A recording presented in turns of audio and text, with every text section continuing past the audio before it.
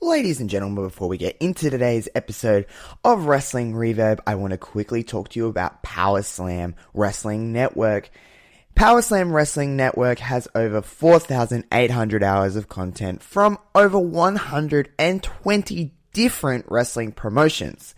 And just for you Wrestling Reverb listeners, if you head over to powerslam.tv and enter the code REVERB, you get your first month to Power Slam Pro Wrestling Network absolutely free. So head on over to powerslam.tv and enter the code REVERB. Get your first month absolutely free. Power Slam Wrestling Network is the place you get all your wrestling needs. Hey, yo, Josh, let me get a little bit of reverb.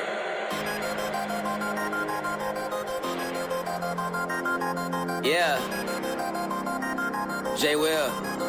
Yeah, I'm about that lifestyle. I talk green work, repping it all over. It's right on the t-shirt. Fan for a lifetime. Yeah, that's a long pass. Figure I would show some love right on the podcast. Turn this up loud and make sure you don't do nothing else. Cause if you're listening to us, then you're improving your health. My name is Jay Will. Welcome to the show, yeah. Wrestle, flow, flow, flow, yeah.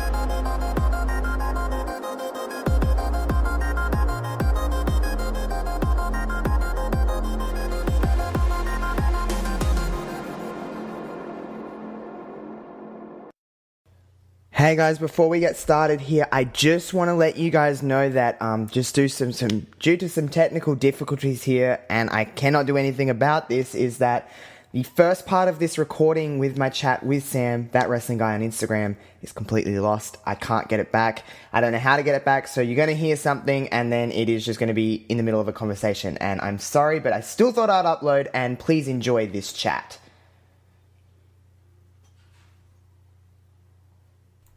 I am that wrestling guy, aka Sam. I live in the lovely town of Hobart, originally from Melbourne, Victoria, the home of Buddy Murphy, but down in old Hobart town. And I've got a dumb Instagram wrestling page and have a lot of fun with it. And I've been watching wrestling for over 20 years since I was a little boy. So wrestling's probably the thing I know the most about in the world. So, yeah. Same here. Wrestling is weird when you're a kid, I'm sure you probably went through the stage of one day, I'm probably going to grow out of this. But you just never did. Yeah, well, 100%. I remember when my mates we used to tape at Swap VHS. I don't know how old. I don't know. Do you remember VHS? I do. You do, yeah. So we used to record it off, pay TV, and then swap the tapes around, because back then I know Raw wasn't live, and in Australia we used to get it 2 weeks after the US show would air. So we'd pass the tapes around, and I'd be watching the Attitude Era at 10 years old, and then my mates, as we fucking started to hit puberty, I suppose, and my mates started to kind of wander off a bit, and I just stuck with it for some reason, and I've never stopped watching it, really. I think I took a bit of a pause there when I was overseas, but other than that, it's been pretty consistent since I was 10. Yeah, it's weird. Wrestling can hook you and keep you, or it will just literally you'll just fade off into it. I know a lot of people that watched it as a kid, and then they're just like, I'm done with this. And I can probably see why. Wrestling can be dumb at some places, but I just never grew out of it. I'm the same. So do you remember the very first kind of time that you watched wrestling, or do you just kind of know that you watched it? I have memories of some things. I remember when, once again, going to the video shop, guys, which is the VHS shop, which people used to go to. I bought the Iron Man match. I remember that was the first pay-per-view that I watched, was WrestleMania, the Iron Man match between Bret and Shawn. Oh yeah, good. And I watched that whole thing. See, I'm not a Bret guy. I never have been, but I'm a massive Shawn dude. So when he comes sailing down the thing, I was like, oh, yeah, shit, this is pretty cool. But, I remember a lot of for some reason, fucking Ken Shamrock is just one of my first memories Oh, yeah. of watching Raw, because he used to come out and like be, his character was to be like, a bit on edge and a bit like, he used to come out looking all jacked up and really like crazy, and he used to smack his head, I think, a little bit. And I remember Ken Shamrock a lot, and obviously Stone Cold when they were, the Attitude Era was pumping. I don't know how my parents didn't pick up on letting me watch the Attitude Era, but I'm glad they fucking let me go, because it was pretty full on. Like, because I go back and do, as you know, those way back wrestling shows, and some of the stuff I look through back on the old Attitude Era, and I go, the hell, how the fuck did they get away with that? Like, that is, some of the stuff, the language, like, even there's a great Twitter page. It's called Attitude Era Signs. I've seen it, yeah. And you sent, and some of the signs are like just out of control, like, suck my balls, Vince, and all this kind of stuff. Like, and the crowd are full of signs. You don't say that anymore. There's only a couple of signs, and it's like you suck or something like that. It's not even creative anymore. Some lame ass shit. Yeah, so that was I remember that. It is weird when you say that, though, because so I started watching wrestling just because of my age. I know I watched during the end of the Attitude Era, but I don't really remember it. It's probably from like 2002 that I kind of remember. But even then, is still some of the stuff watching as a 7, 8-year-old is like, shit, like, I don't know that my mum or dad should have really been letting me watch this, but I'm glad they did. But I'm like, at that age, I probably shouldn't have been watching some of the stuff that I was watching. No, not at all. Like, I mean, the back then, I mean, what I go back and look at is just the women were treated like absolute dirt. Yeah. And just for their, like, arse and tits, essentially. That's all it was. And so as a little kid, you're like, bra and panties matches and stuff. And they did have, like some nudity on there. I know I've listened to, like, some deliberate spots where they've actually, got away with it.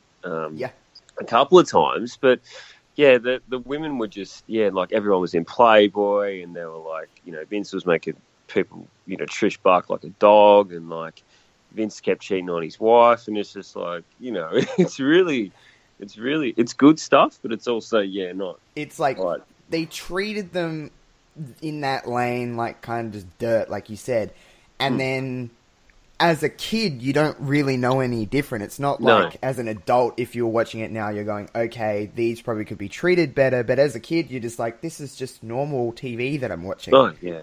Well, especially in like the PC world today, I suppose. It's like, if you go back and look that, like, every day someone's outraged by some shit about, like, either equality or whatever.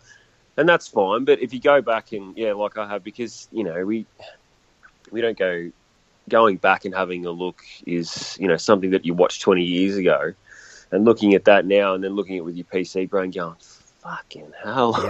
Yeah. This TV is absolutely insane, and it's great too. There's a reason why it's so popular, because they say it did push the envelope, and it really did. They just went, let's just roll with everything we can and push it right to the very end. And they try even like anything and everything. Yeah, even like, I miss blood. Mm-hmm. I know it's really I know they do it in other promotions still, but I miss the effect of a good match with some blood. It just adds a lot of drama. So even that kind of stuff, and other people outside wrestling like, they use blood packets and stuff. And no, they fucking, they don't. Actually, they blade themselves, and they're like, what? And it's like, well, it's fair enough that they don't do it anymore, considering how fucking barbaric it is. But just that kind of stuff. Wrestling has changed a lot. It's not the same product it was when we were watching it when we were kids. It's definitely, in some ways, it's better. In some ways, it's not. I guess you just take the pros with the cons, but I'm the same as you. I'm not saying I want blood in every match, but when it's used correctly, it does add a lot to a match. Yeah. I mean, well, Brock doesn't give a fuck if he gets permission or not. He's just going to bust. He's just going to bust someone open regardless. I mean, I remember when he busted open Randy Orton? Yeah, that was intense. I know. He, like, really, really gave him a cut then. And, like, what's Vince going to do? Like, nothing. He's like, well, I'm Brock Lesnar, mate. You pay me all this money. I'm going to make someone bleed. And it's like, okay, well, whatever. You do you. You brought up something that kind of just come into my mind anyway.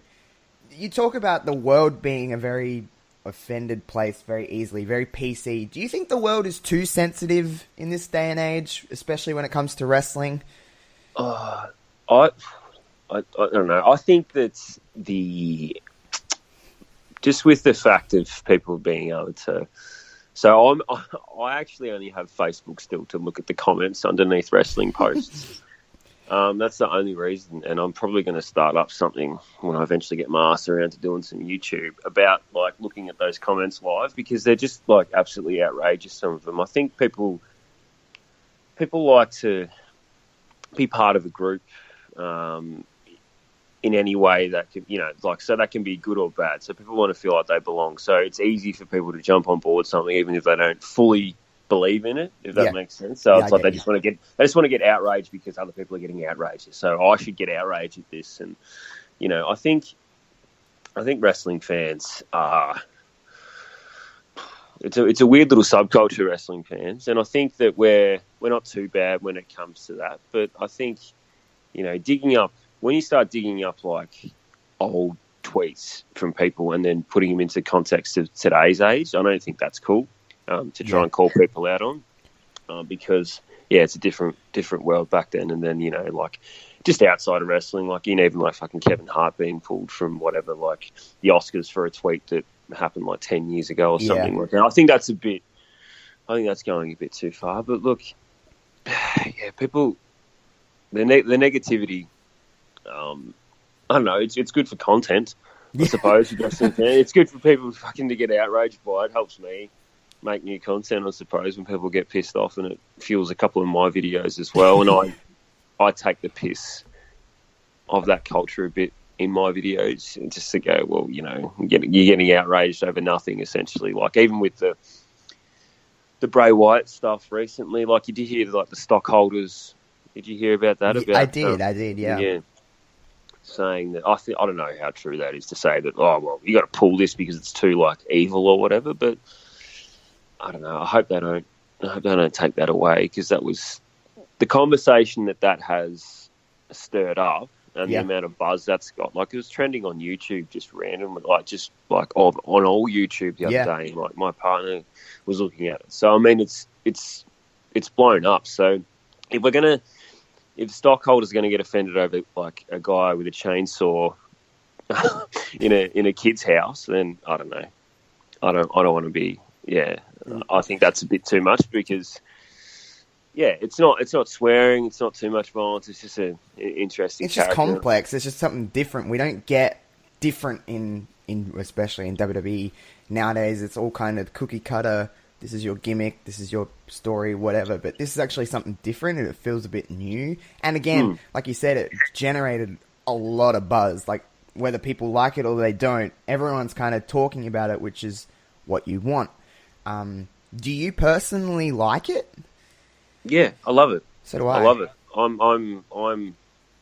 all for it. I'm all for different. Anything different is, it can go either way. It can be good or bad, but at least you're being different. The one thing I kind of hate, you see, like even with Lars Sullivan, like we've kind of seen that before. The screaming, angry, bad-looking dude. Does that make sense? Yeah, we have. Like Gene Snitsky was like one of those guys, and like he's been compared to Snitsky, and he's like, he yells and does all these funny faces and stuff like that, and that's it. So we've kind of seen that, and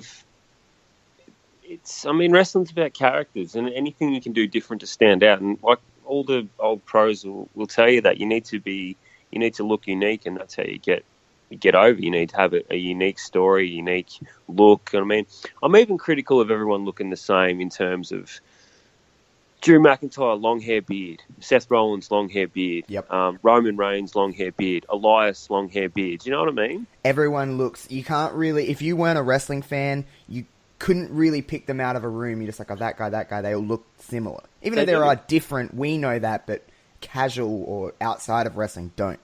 I know, like everyone's got the dark hair, and beard. Like for the even that. I mean, I know they might look different in it, but even like Roman, and it's all black too. You know what I mean? Like it's all kind of it's very. You know, I'm a fan of of people sticking out and being different. I mean, that's why the people's when you're looking at something, you look at it through like a casual fan or a non-fan. If they can stop and look and go, oh, hang on, this person looks different. That's why Oscar works, because she looks completely different to anybody else on that roster, that women's roster, when she comes out with her big cloak and her rainbow hair and her mask. She does. Asuka's got a very different look, and she stands out. So no matter what they do with her, no matter what ebbs and flows she takes, you always look at her and go, hey, I like her because she doesn't look like the rest of them.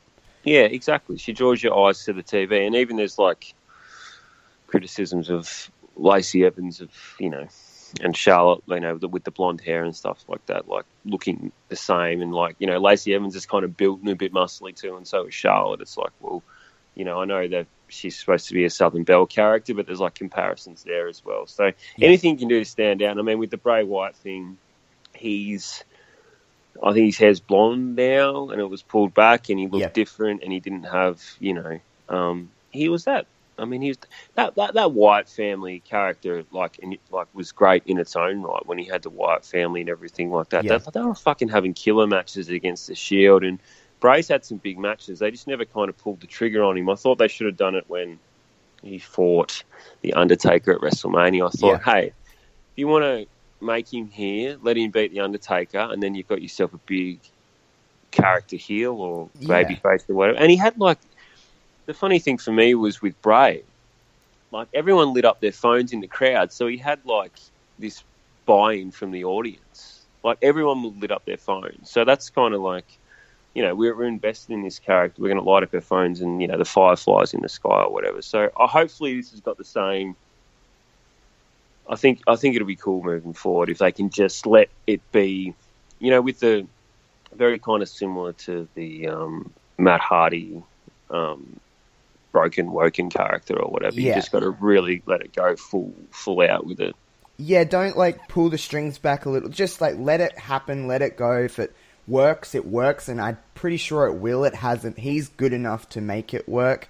But if they don't let him go full force with this, I don't think it'll work properly. It's kind of all hands on deck with this kind of stuff. And you brought up the fact that you do some videos and that on Instagram. I want to kind of for anyone that doesn't follow you, that doesn't know, or just kind of your backstory with this, where did this all kind of start for you? Where was the kind of concept in your brain that went, I want to make these videos? Because I really enjoy them, but they have to come from a place of some kind of creativity. Yeah. Well, shit, I've always made, even from when I was young, I've always made little sketch videos, dumb videos, and I've always been a fan of editing and silly editing and stuff like that. And I was sitting there once, and I was like, well, what do you because I'm not a big social media guy really, but I was like, oh, why don't you just try and put your personality out there and see what happens for a bit of fun, because you like being creative. And so I chose Instagram as the platform. And then I was like, well, what am I going to call myself? I've got no idea. Well, that wrestling guy is fine. I couldn't think of a real kind of catchy, clever name, like Still Real to Us, which I'm on a little bit, like that podcast. That's a really good name. I really like that name because of the whole, if you're a wrestling fan, you know what that clip is of that guy, that fan crying. It's still real to me, damn it. That's what a clip. I know, right? It's a great clip, and everyone knows that. It's a really good name. So I'm just like, oh, whatever, fuck it, just do it. But whatever I thought could make me laugh, or I thought was funny, I just went with, and it's just kind of evolved from there. And putting, just whatever so what I do is, when I watch Raw, I'll sit there and, if something just jumps to mind, I'll sit there and cut it and edit it right there. And, so I'm actually, when I'm watching Raw, I'm looking for content. I'm looking for the little things that people might miss. Because with my page, I don't want it to be... Because some pages have like their fan pages, and all they do is post pictures like other people's pictures, and they have like 50,000 followers, and that's fine. But I wanted to be a bit unique with mine and just throw it all in there. So mine's videos, memes, face swaps, pitch. Like it's just everything and everything just just mushed in together. And the idea was that it just naturally evolved. I didn't really have a plan, and I think some people love face swaps, which is fine. They're really fucking easy to do, and some people really like them, and they're pretty easy to do. I just do them for a certain, but I mean, like Finn Balor shared one of my face swaps, so I got to keep doing them. I did see that. I was like, oh hell yeah. I know. So I'm like, okay, well, I'll keep doing them for people. There's some people like the videos. I think a lot because I get angry and because of the swearing. I swear quite a bit. Like it. That's what kind of I don't even remember where I first kind of watched it. I must have been just scrolling Instagram or something, and I just seen your stuff, and I was like, oh, this is cool. And then I was like, yes. And the fact that you're Australian helps too. Yeah, I think the accent. I mean, most of my audience is from America, and they think like obviously we're some kind of foreign aliens. Yeah, exactly. Like there's some rare kind of person with this weird accent. And they go, "Ooh, look at this! Look at these Australians. They're so they speak like I love their accent." And everyone says that to me too, because most of my audience is American, and they're like, "Whoa, you got like some kind of," and everyone's just like, "Keep talking. I like your voice," and I'm like, this is just my voice. I know. I don't see it, but they do, obviously. So that helps. And then obviously, I'm not really always that angry. And when I'm in the car idea was just like, okay, well, I'm busy, but I need to get content out, so I'll do it while I'm driving, and I'll just spill shit off. And then some people, like that too. So it's been cool. It's been everyone's got something they like. I like just like your page is it's literally everything's original. Nothing's just taken from somewhere else, like you said. And you got videos, you've got memes, you've got those face swaps that are just they scare me. By the way, when I pop up and there's a face swap, I'm like I try and make them scary. Like I try and make people really fucking freak out about it because. Yeah, I mean, like you can do a face swap where you can do one where you can maybe keep their mouth or move their chin or something like that, and it just makes them look more scary. So I try and the face swap outtakes, the ones you put on your Instagram stories, are even better. They are my favorite ones. They're the ones that just completely go wrong. Yeah. that's my favorite kind of content. Absolute shitstorms. I mean, it doesn't all make the page. Like sometimes I have to. Go, maybe not. Maybe that doesn't deserve a post. But yeah, like you said, I try and make it original. You won't find too many things on there that it's just a picture of something else. I've always nearly edited it or put something to it. So yeah, that's a good thing too, because not a lot of people do that 100%. You know what I mean? Like, so it is good. When we talk about you talk about the fact that sometimes you get a little angry when you're filming these videos, and you said you're not angry all the time and stuff like that. But if you had to pick something that, you still obviously are a huge fan of wrestling, as am I, as we, anyone listening to this is, when you dive into today's world of wrestling, what kind of really excites you about wrestling that maybe not made you when you were a kid so much? What do you think is really good about wrestling nowadays? Mm-hmm. I think, I kind of grew up in the when they had the Monday Night Wars. Yeah. So that was, I think we're spoiled for choice a lot now. We can get a lot of content everywhere, not just WWE, but if you want to go, New Japan or Ring of Honor and New Japan just were at fucking Madison Square Garden, you know what I mean? So, and then you've got like AEW who's coming up, and that's exciting to see what they're going to do. I think we're spoiled for choice. And I mean, if you really wanted to, you could watch wrestling 24/7, 7 days a week. If you really wanted to, there's that much content out there. You've got fucking Lucha Underground, like, who, I think they did 5.6, like they did a massive rating, or you've got like all these other different promotions that are offering quality, and you can just, if you're sick of WWE, you don't have to watch it. You can go somewhere else and get your fix. Most of my time is focused on WWE because for one, it's good for content, because obviously they have to fill 5 hours of TV a week, and it's all not going to be good. And I'm there waiting when it's not good. I'm there waiting for the stuff that the funny stuff, I suppose. But I mean, you've just you sport for choice, and the athletes and the shit that they're doing is insane. Obviously, NXT has been really, everyone loves NXT. That's been really exciting. I don't know, it's been around like 6 years now, 5 years, 6 years, 5 years, 5 years, yeah. Something like that. Yeah, I know. Like that's been really fantastic to have like a developmental system, and really exciting. So I think that's cool. I mean, I think, that's probably the positives, I would say. The negatives is there's too much hold on, there's too much of a creative hold on wrestlers, and they're not just about able to be free, which I don't kind of like. I think that there's too many probably writers and too many people trying to tell a story, and then shit gets missed, and that's annoying to me, to see that, okay, 1 week the character's doing this, and the next week they completely forget about what they're doing the week before. Yeah, no consistency. I don't like that. That's a big takeaway for me, because I remember, like, I literally will go, but you weren't doing that 2 weeks ago.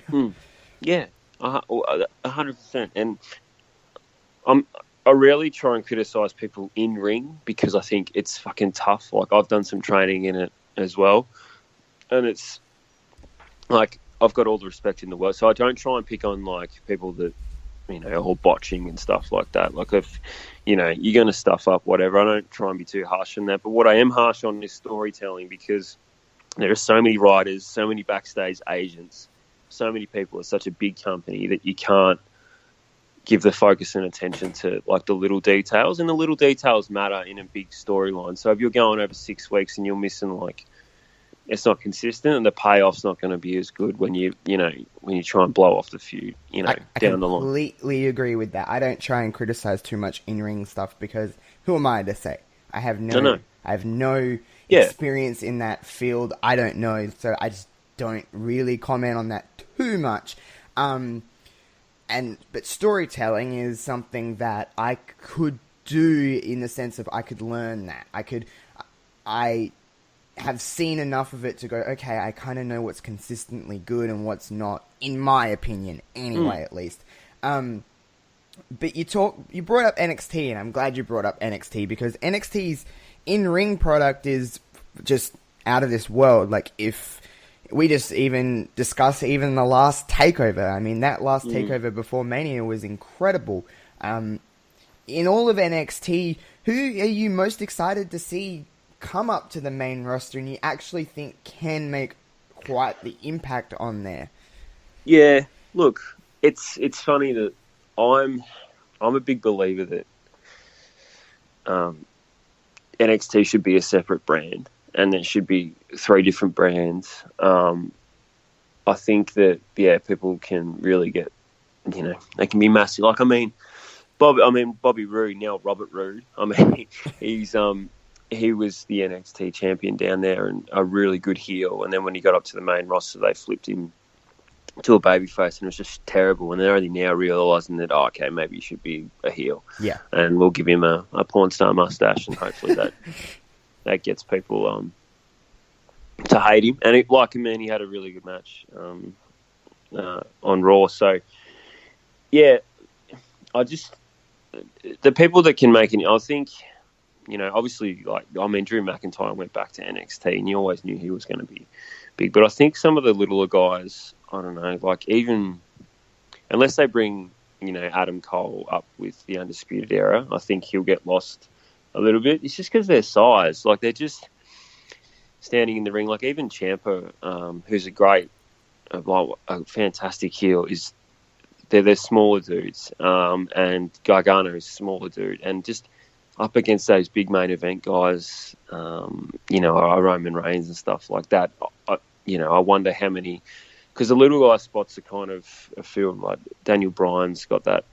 I don't know how many more you can have. But I think, obviously Velveteen Dream is doing awesome things, and he's only really young. I don't want them to pull the trigger on him too much. I think he should stay down there for another couple of years just because he's so young. Yeah. And really, give him a year run with the NXT World Championship or something like that and let him do that before really bringing him up. Don't go too quick, even though you've got something pretty special there and someone who, is different, looks different, brings eyeballs to the screen. He's so young and he's really fucking good in the ring too. So. Yeah. Velveteen is fantastic. What a just all-round performer, character-wise, in-ring-wise. He's just awesome. I'm also like you, though. I'm glad that he hasn't come up yet because he is young and he obviously has so much room to learn and so much room to grow to be even better than he is now. So hopefully they do give him a little bit of time with the NXT title, and then eventually we can see him on Raw and SmackDown. And I'm also glad that you said that NXT should be more of a third brand than, you're coming up to the main roster. I think we're slowly transitioning into that, but I don't think they can just pull the trigger on it being a third brand and people can just switch back and forth between the three. But I hope we do get to that because NXT is delivering, it's over-delivering over Raw and SmackDown a lot of the time. So, yeah. But you are right. There are a lot of main eventers that are in NXT are smaller dudes, and those roles are kind of filled on the main roster. So it is weird to think about where people kind of fit because everyone has a spot and everyone exactly kind of needs to fill that role. But you got Kofi is the champion now, and Brian was the champion for so long. Do you think the business has more evolved into those guys, or do you think it is still a big man's game, quote unquote? Look, a good character is a good character. I mean, Shawn Michaels was never the biggest guy in the world, and he was a superstar. But if you go, I mean, to me, like, you watch wrestling for larger than life. You have to be a really good character and be a smaller dude to be larger than life, and really go that way. So, I mean, what Daniel Bryan's been able to do with, he got the Yes movement. Obviously, that was just super hot and everyone loved it. But the way he's flipped that and turned into a heel has been brilliant. I think it's still I still like a big battle of big guys, like even like when Brock fights a Roman, or when it's Roman and Drew, like two big bulls going at it, is still like, this is the heavyweight kind of stuff. Like, and I mean, Seth Rollins isn't a small dude. I'm not putting him in that category, but I mean, like, because Seth is still pretty tall and he can still like kind of hang and stuff like that. But yeah, the really smaller guys. I mean, you have to be super larger than life with your character, and I think Kofi's run, like, it's deserved, and he's awesome in the ring. But I don't envisage it being for too long. He'll probably have it maybe till SummerSlam max, and I think he got his moment at WrestleMania, and he's deserved, and he's been amazing for long. He's the whole New Day character. As a group, they're great, but like Kofi individually, as a standalone, I'm not, I'm not that character isn't as larger than life as the actual group themselves. And now that Big E's on the sidelines and stuff like that, so, and I think like guys like Kevin Owens and and stuff like that. KO's just awesome on the microphone. He can hold a crowd. So, yeah, you have to be... Obviously, yeah, people have... It's taken them a long time to get to that space to be a smaller wrestler, but there's still room for him. But I'm still old school. I like it when the big guys go at it and beat the shit out of each other. That's fair. I completely understand that. I like you said, a good character is a good character. That's how I kind of go into it. But sometimes I like big wrestlers. Sometimes I just kind of like it all. But as we kind of wind down, where can everyone find you? I believe you're just on Instagram. Where can people find you on Instagram? You can find me if you just type in that and then a couple of underscores wrestling and a couple of underscores guy. You just type in that wrestling guy. I should pop up. I should be the number one wrestling guy. Hopefully, maybe, I don't know. I've never really searched for myself before, but yeah. Look, if you like silly, stupid content, I don't take myself too seriously. Take the piss out of fans and everything really. I think that nothing. Yeah, if you want, my page is probably unfiltered, I suppose. I don't kind of hold back on anything. Like I just did a post about...